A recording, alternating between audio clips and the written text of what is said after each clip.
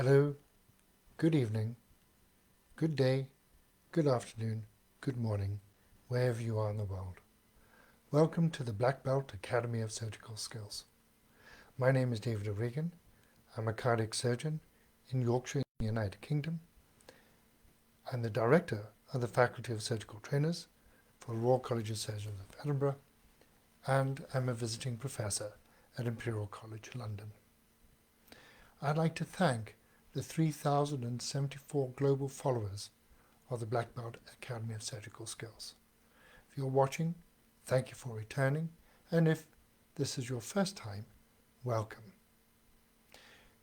During our series, one of the followers did ask, can we do a session on communication? And I've given it a lot of thought and prompted to respond by addressing communication this evening. I've had the privilege over the past week of talking to Michael West, Nancy Klein, BA pilots, all about communication. And note that the NHS is paying out £83 billion a year in negligence fees, and most of that comes down to communication issues. I first want to say and share with you a poem that was given to me by David Alderson, a ENT colleague down on the south coast. For there will be arts, and some of them will call them soft data, whereas in fact they are hard data by which our lives are lived. For everyone comes to the arts too late. For you can be trained to listen only for the oboe out of the whole orchestra. For you may need to hear the strain or the voice of the patient in the thin reed of his crying. For you will learn to see most acutely out of the corner of your eye, and to hear best with your inner ear. I love that, because it does sum up communication. And I'll start off with a simple principle, is that you and I, in everyday life, are customers. We seek out the services of others. And in doing so, we have an inherent expectation of what that interaction is. Whether you go into a restaurant, whether you go into a bank, whether you go into a supermarket, you want attention, and you want to think that the person that's serving you understands your need, and you walk away feeling appreciated and that your concerns mattered. So if we are used to this in our everyday lives as customers, why aren't we delivering this in effectively the health service? Because that is the operative word. And they do say service with a smile. And I must say that has been difficult with COVID and masks over the past 2 years. But I did have a registrar from America whose summer job was in Disneyland. And he worked as Goofy. And he had to keep patients, people, happy. And he was trained to act. Because Disney will only survive if their customers walk away having had a 5 out of 5 experience. The difference between 5 out of 5 and 4 out of 5 is that in the 4 out of 5, 75% of people will walk away from the service and never go back again. Whereas 5 out of 5, they'll wax lyrical about their experience. And that's what Disney survives on. So I'll ask you, when you see patients, do you offer a 5 out of 5 service? I was taught by my father that doors have handles, and to open a door you need to use the handle, and the handle for a patient is their name. Do not assume, do not abbreviate.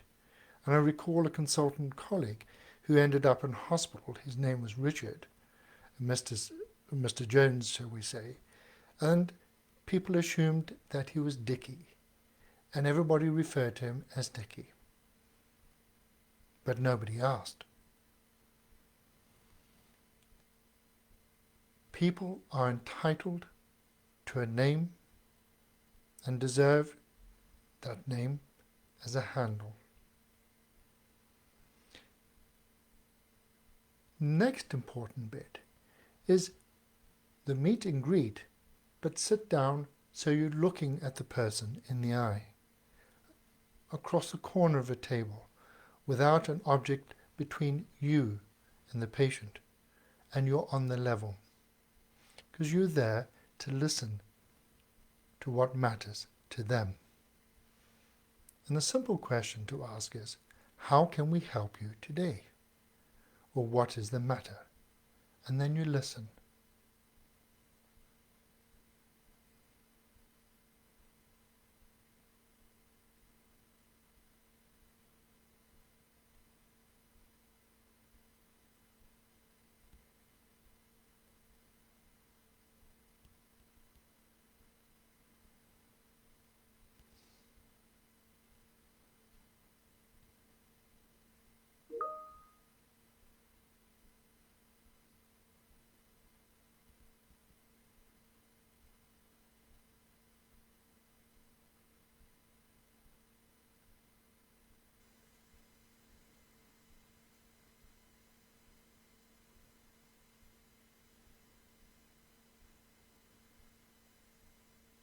Now that is 45 seconds, and I wonder how many of you were beginning to wonder what was going on. Suffice to say that on average, doctors interrupt patients within 20 seconds of them telling their story. Remember, many have travelled from afar, and certainly in our hospital have parked and paid to be there, and you've kept them in a waiting room.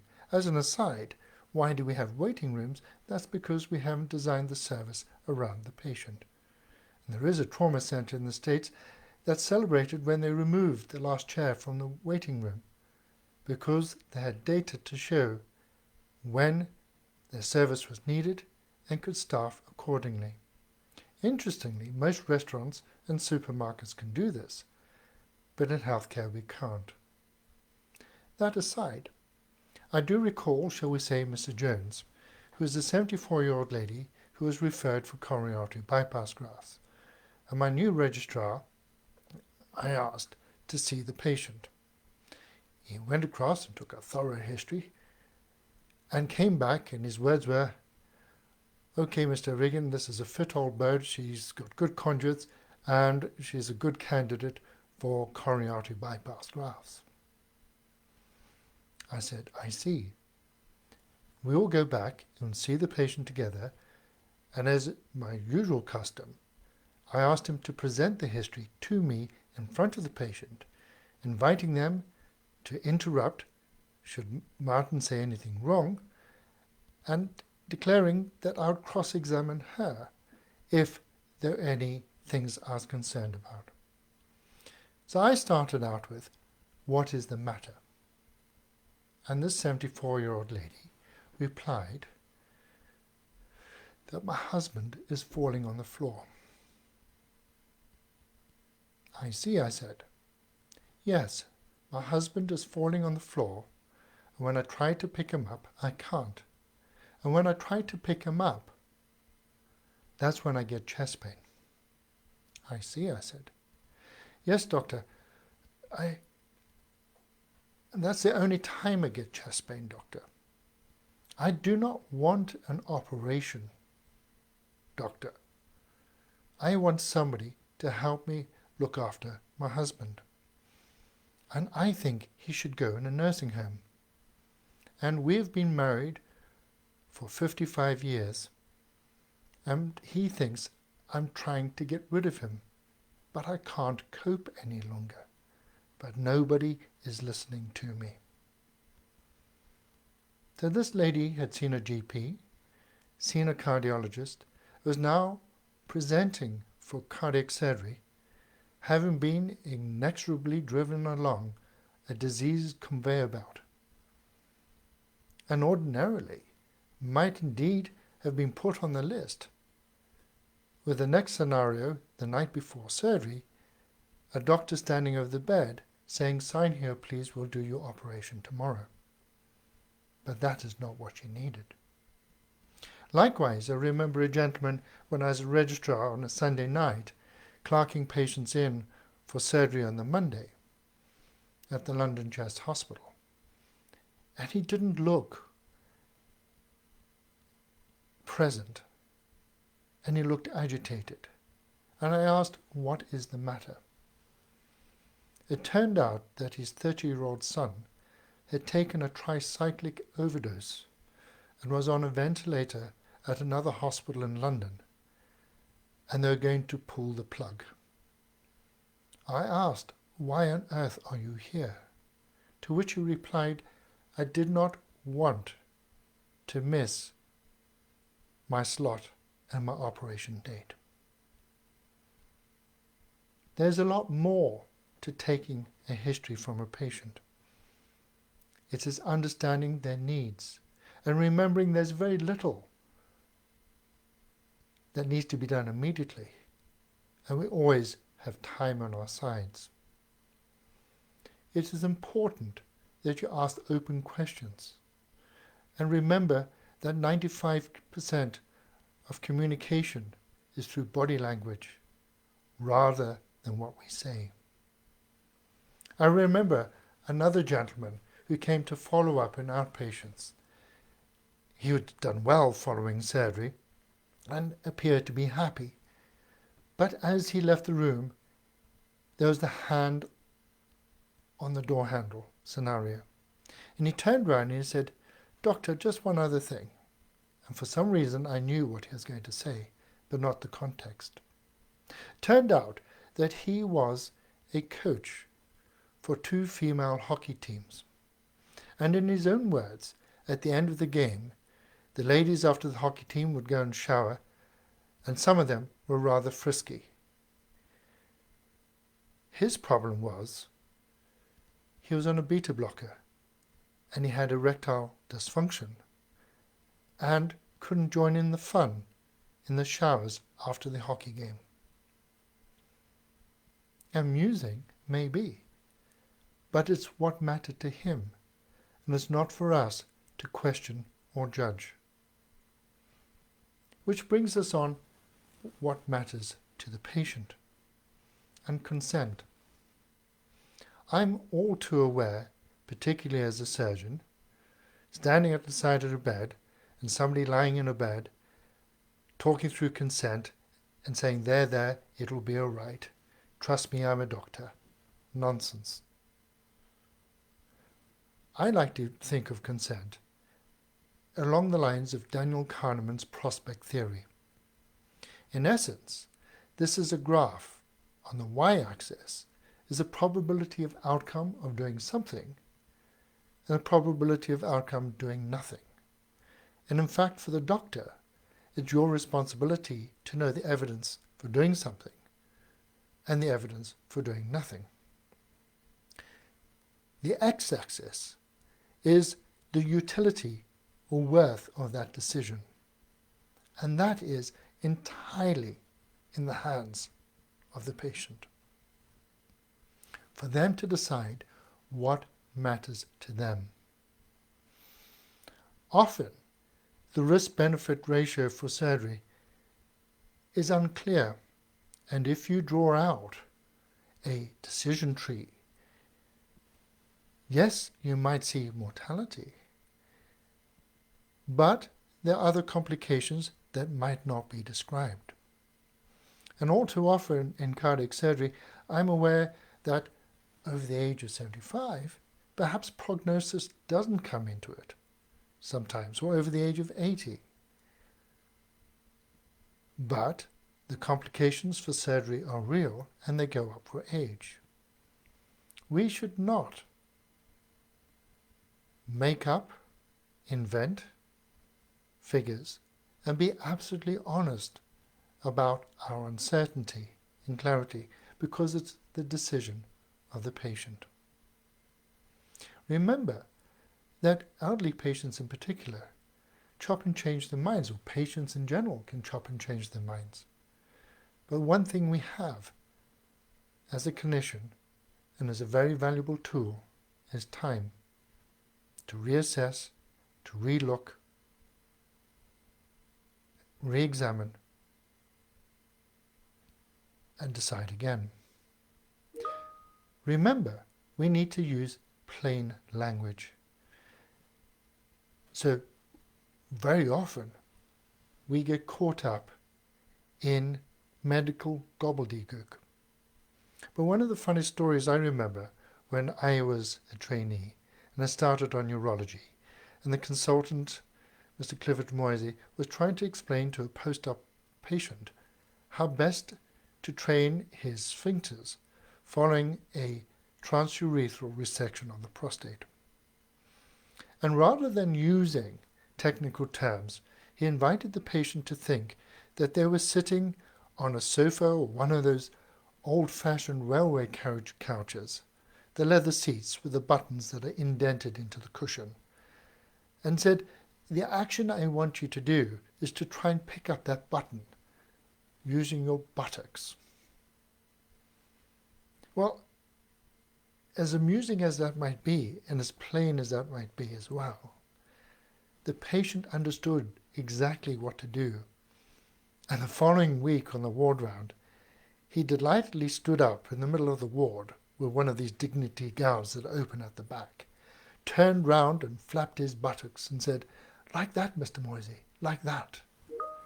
But the plain speaking meant something. Now, as doctors, we're also bad at delivering bad news, and there seems to be a hesitancy to use the two dreaded words, cancer and death. Unfortunately, it happens. Many people I've come across who've got cancer, and you ask them, what do you understand is going on? They know already, and often say, I've got cancer, haven't I, doctor? Now, it's not a dreaded word anymore, because many cancers are treatable, and you can follow up with a discussion of that. But please do not use confusing terms like growth. The other is, unfortunately, I've had to deal with relatives where patients have died. And the best advice I ever had was, please do not go and see a patient and to say they've passed away or passed over. You have to say, I'm afraid the patient has died. But it's always best to be there with the patient, and by being there, hold their hand or hold their shoulder and be present as you convey the bad news. It is interesting that as clinicians, we are trained and attuned to communicating with our patients and adjusting the nuances accordingly to the situation. But where do we take that learning to talk to our peers and to our colleagues? Or do we assume a different persona?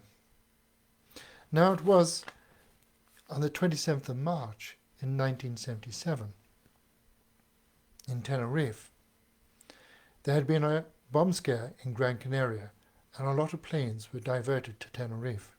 And the tarmac was getting busy, and it was overcast.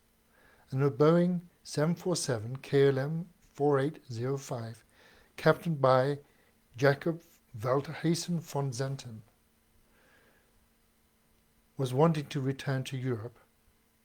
The captain had elected to fill the plane's tanks with fuel, was already delayed, and was wanting to get back to Amsterdam before the shift changes and they'd need another crew.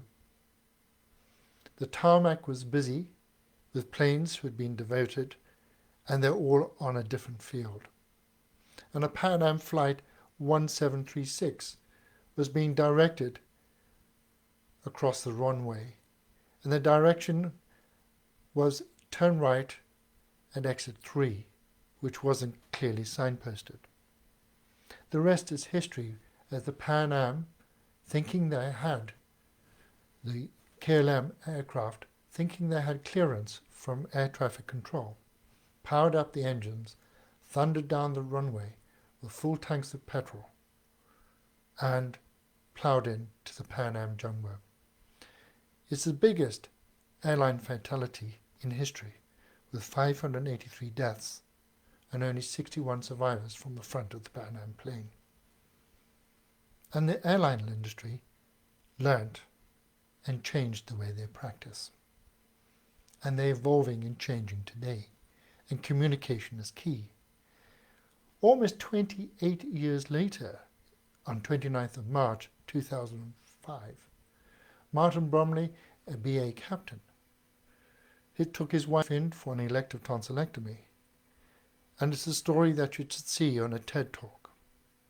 Suffice to say that they lost the airway and struggled to get his wife oxygenated, and 3 consultants fretted about establishing an airway, while a nurse in the corner went to get a tracheostomy set.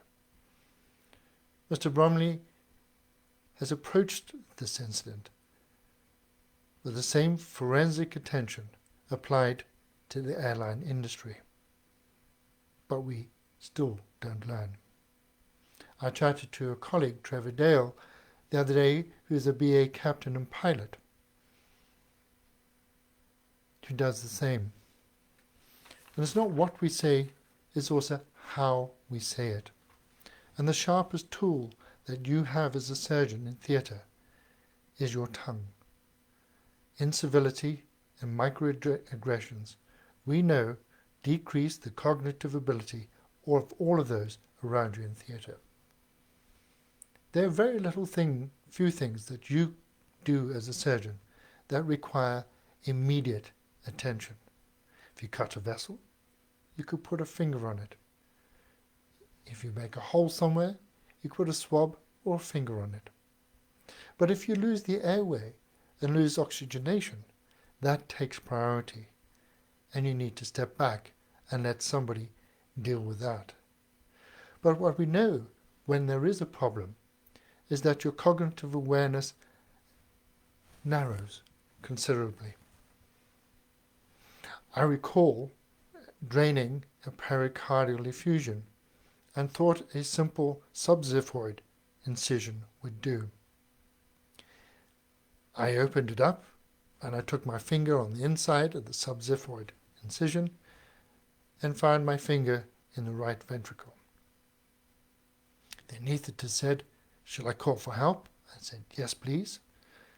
And my colleague arrived downstairs in theatre and said, "What are we doing?" I said, "Saving the life of the patient."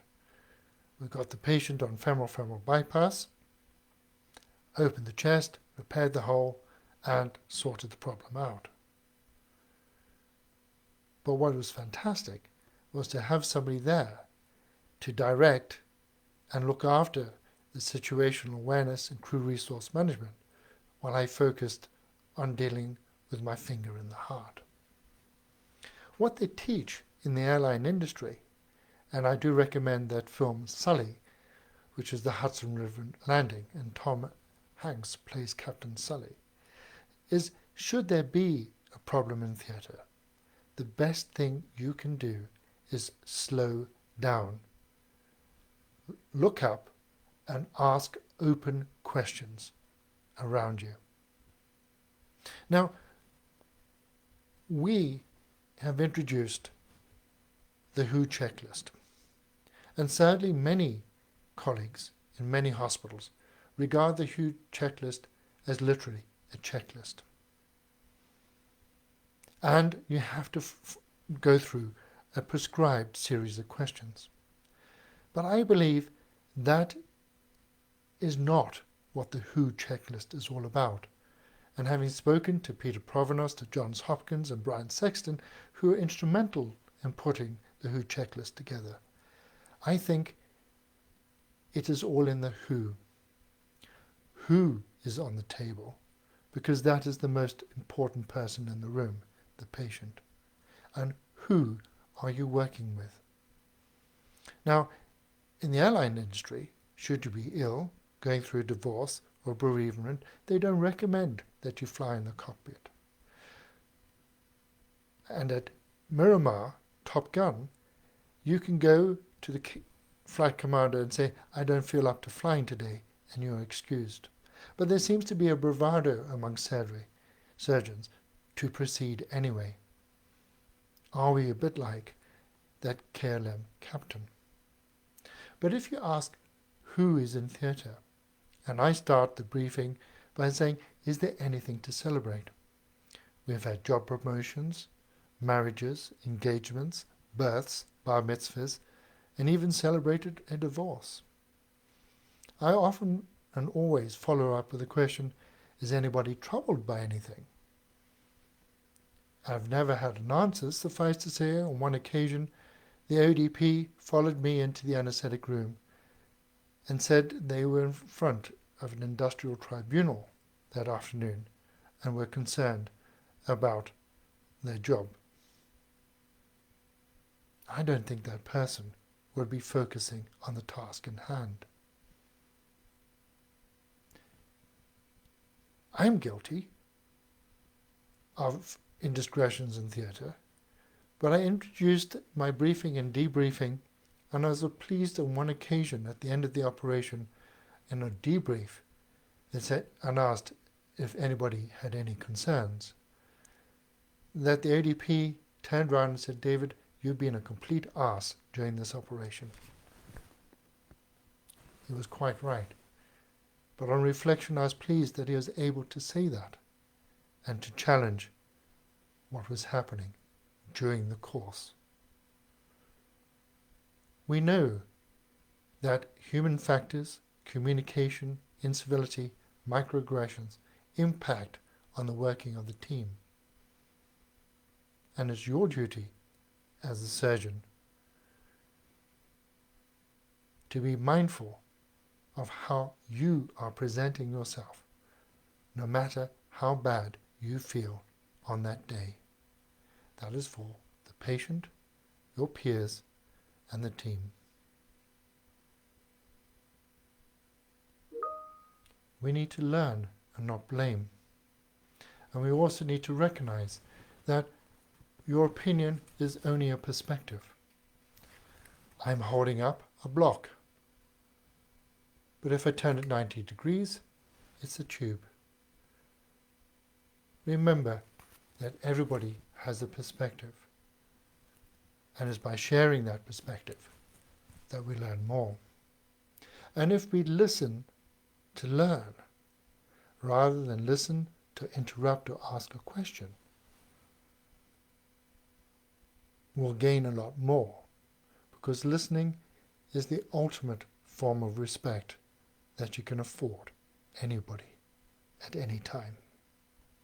And that is why it is in the ratio of 2 ears to 1 month, and should be used in that ratio. I want to conclude this communication talk on a simple subject of presentations, because many of you training will be presenting on ward rounds or presenting in MDT meetings. The language we use in surgery is a technical language that is precise, defined by physiology, pathology, and anatomy. Whatever the patient tells you, in whatever order, it is your job to put that into that language in a coherent form, such that you can communicate it with your colleagues in a precise way. I remember doing my primary FRCS course in Salisbury many years ago, and a surgeon said, "Do you know why surgeons speak like this?" We need to communicate clearly. And certainly in theatre, in communicating clearly, Just because we have communicated doesn't necessarily mean somebody has heard. And playback in theatre is important. And if you ask for something, flow down, hear playback, flow down. And therefore, you know what is said is heard, received, and understood. Presentation of slides as a postscript in this communication talk is important, because many of you will be doing this at meetings and MDTs. Remember, slide presentation is an audio-visual. It is audio and visual. What you say and what you read can be two similar but different things. Please, when you stand up, never start a presentation with an apology. If you're invited to talk, you are the elected expert in the room at the time. Face the audience. Do not read your slides, and never make your slides busy. My only recommendation for preparing for a slide presentation is to focus on the transition from one slide to another. As I do in the Black Belt Academy of Surgical Skills, we focus on the diastolic period of operating and the setup. When presenting, you too need to focus on the gap between the slides and the transition. And therefore, your presentation will be smooth and deliberate. As a simple skill for trainees in learning how to speak like surgeons, I used to ask the secretary to dictate verbatim what the trainee said in clinic and count on the old tape scores, what I call the Jupp score, as they rewound and played again and again. It is useful for you in communicating in medicine to be clear and to be able to talk without hesitation, deviation, interruption, or repetition. It takes practice, takes time, but it makes for communication a lot clearer. Thank you very much indeed for joining the Black Belt Academy of Surgical Skills this evening, and thank you to the follower who asked about the communication question. Remember, 95% of communication is nonverbal. And when you attend on the ward and in clinic, your whole presence is the message. Beware of what message you are sending out when you are present. Thank you. Be well. And I look forward to seeing you next week as we start the cycle again.